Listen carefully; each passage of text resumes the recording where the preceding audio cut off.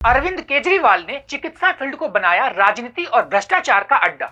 मोहल्ला चिकित्सा में धांधली कर अरविंद केजरीवाल ने दिया दिल्ली वासियों को धोखा। जिस तरह नेताओं को चुनावी माहौल में आचार संहिता का पालन करना होता है, ठीक उसी तरह से साफ छवि की राजनीति करने के लिए एक नैतिक आचार संहिता का पालन करना होता है। जनता को किए वादों पर खरा उतरना होता है। ऐसे ही चिकित्सा के क्षेत्र में नैतिक कानूनों को कानूनी रूप देने के लिए नेशनल मेडिकल कमीशन ने एक आचार संहिता राजपत्र भी प्रकाशित कर रखा है, जिसमें मेडिकल क्षेत्र को लेकर कानूनों के उल्लंघन पर सजा का भी प्रावधान है।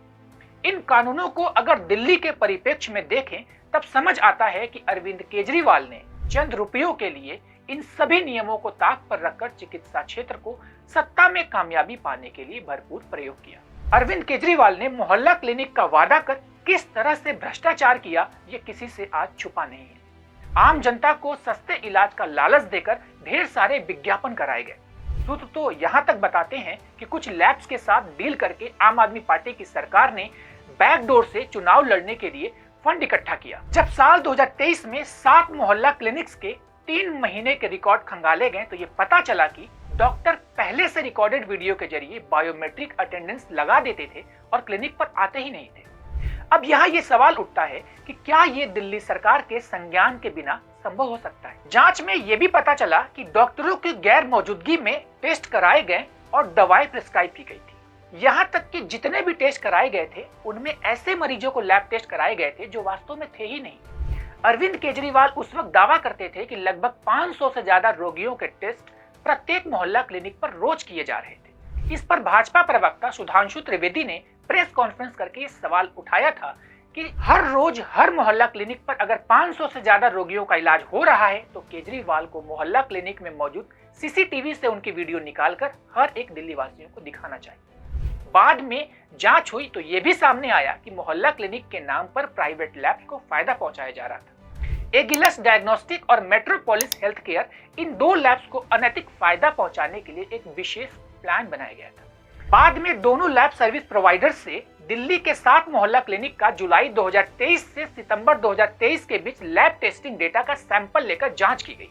जांच में यह सामने आया कि इन 7 मोहल्ला क्लिनिक में 11,657 रिकॉर्ड ऐसे पाए गए जिनमें मरीज का मोबाइल नंबर 0 लिखा गया। 8,251 मामलों में मोबाइल नंबर की जगह खाली जगह छोड़ दी गई। 3,092 मामलों में सिर्फ 999 करके मोबाइल नंबर को एंटर किया गया। ऐसे 400 एंट्री थी जिनमें 1 से 5 अंक से शुरू होने वाले मोबाइल नंबर दर्ज किए गए थे, जबकि इन अंकों से कोई मोबाइल नंबर शुरू ही नहीं होता। 999 केस में से 15 या उससे ज्यादा पेशेंट्स के नाम के आगे एक ही नंबर लिख दिया गया। यहाँ सबसे महत्वपूर्ण सवाल ये खड़ा होता है कि क्या इन मोहल्ला क्लिनिक में डॉक्टर फर्जी अटेंडेंस लगा रहे थे? क्या ये टेस्ट और दवाएं नॉन मेडिकल स्टाफ यानी आम आदमी पार्टी के कार्यकर्ता ही लिख रहे थे?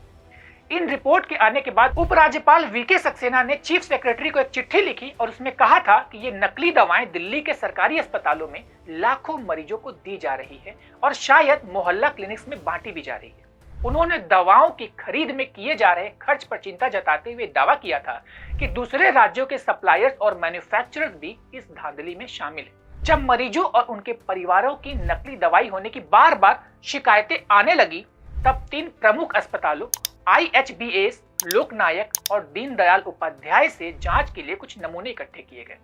उस जांच में यह पाया गया कि जो दवाएं संदेह के घेरे में थी, सबसे जरूरी जो दवाइयां थी जैसे एंटीबायोटिक्स और स्टेरॉइड, एमलोडिपाइन, लेवेटिराइसिटम, पेट्रोप्राजोल, सेफ्लेक्सिन और डेक्सामेथासोन जैसी दवाइयां सरकारी और प्राइवेट दोनों लेबोरेटरीज में फेल साबित हो गई। इन दवाओं की खरीद में करोड़ों रुपए खर्च किए गए। सूत्र तो ये भी बताते हैं कि कई दूसरे राज्यों के सप्लायर और निर्माता भी इस आर्थिक धांधली में शामिल हैं। इस घटना का सारांश ये भी निकलता है कि दिल्ली जितने बड़े राज्य में जहां लोग बेहतर रोजगार और बेहतर स्वास्थ्य के इरादे से आते हैं, वहां पर अरविंद केजरीवाल की सरकार ने मानव जीवन के साथ खिलवाड़ किया, नकली दवाइयों के सप्लाई में मदद की, झूठे लैब टेस्ट कराए और दूर दराज से जो लोग दिल्ली में आते थे उनको धोखा दिया।